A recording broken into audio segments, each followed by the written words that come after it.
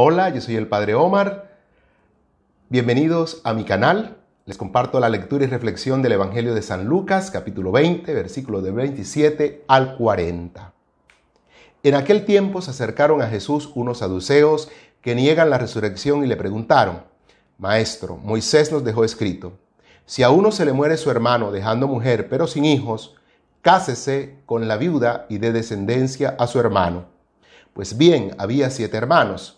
El primero se casó y murió sin hijos, y el segundo y el tercero se casaron con ella, y así los 7 murieron sin dejar hijos. Por último murió la mujer. Cuando llegue la resurrección, ¿de cuál de ellos será la mujer? Porque los 7 han estado casados con ella. Jesús les contestó: en esta vida hombres y mujeres se casan, pero los que sean juzgados dignos de la vida futura y de la resurrección de entre los muertos no se casarán, pues ya no pueden morir, son como ángeles, son hijos de Dios, porque participan en la resurrección.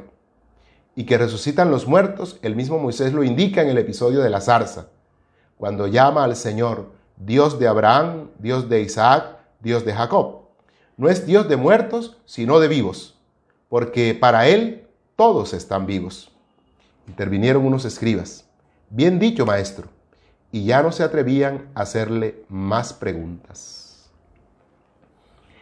En su afán de desacreditarlo frente al pueblo y de exponerle ante los romanos, los distintos representantes del poder le van poniendo trampitas a Jesús. Ahora es el turno para los saduceos, una secta judía conformada por la casta de los sumos sacerdotes y la aristocracia judía.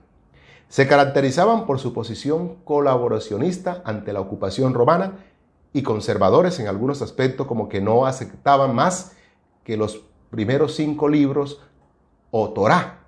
No creían ni en ángeles ni en demonios y les parecía ridículo la creencia de la resurrección que sí profesaban y defendían sus adversarios, los fariseos.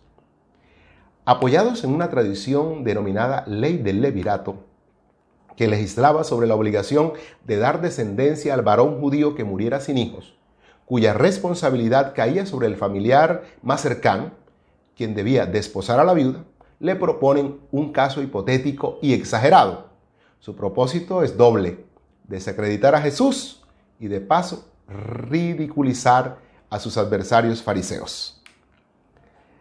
Jesús los desenmascara mostrándoles que el matrimonio es una mutua entrega y tiene como finalidad la procreación, sí, pero como expresión de la solidaridad humana para la preservación de la especie. La mujer no es una posesión, sino una colaboradora en el plan de Dios. Pero la mezquindad de ellos ha dado al traste con el proyecto de Dios y han hecho de la mujer una posesión del varón, creando una situación de desigualdad que contrasta a lo lejos con la voluntad de Dios.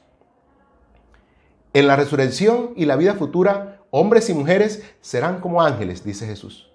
En el plano de una vida superior, la mujer no está subordinada ni es objeto que se pueda poseer. El ejemplo de los saduceos más bien los desnuda, y desnuda su incongruencia, su arbitrariedad en oposición al plan de Dios. Las relaciones sexuales están en función de la vida y no de la propiedad. Desde esta perspectiva, la resurrección no solo es posible, sino necesaria para que Dios se ratifique como Dios, Padre de la vida. Pero la posición de Jesús también dista mucho de la concepción farisea sobre la resurrección. La resurrección, según Jesús, no es una reavivación de cadáveres que introduce a una existencia de necesidades con las inevitables frustraciones de las expectativas no satisfechas. Resucitar no es vivir o revivir las condiciones bioquímicas de los cuerpos. Para Jesús, la resurrección es el proceso de vitalización de la existencia por acción del Espíritu Santo en la vida del creyente, que orienta su vida y sus esfuerzos ya no a evitar la muerte, sino a darle sentido a la vida. La vida es entonces situada por la fe, no frente a la muerte en términos de supervivencia, sino de fidelidad.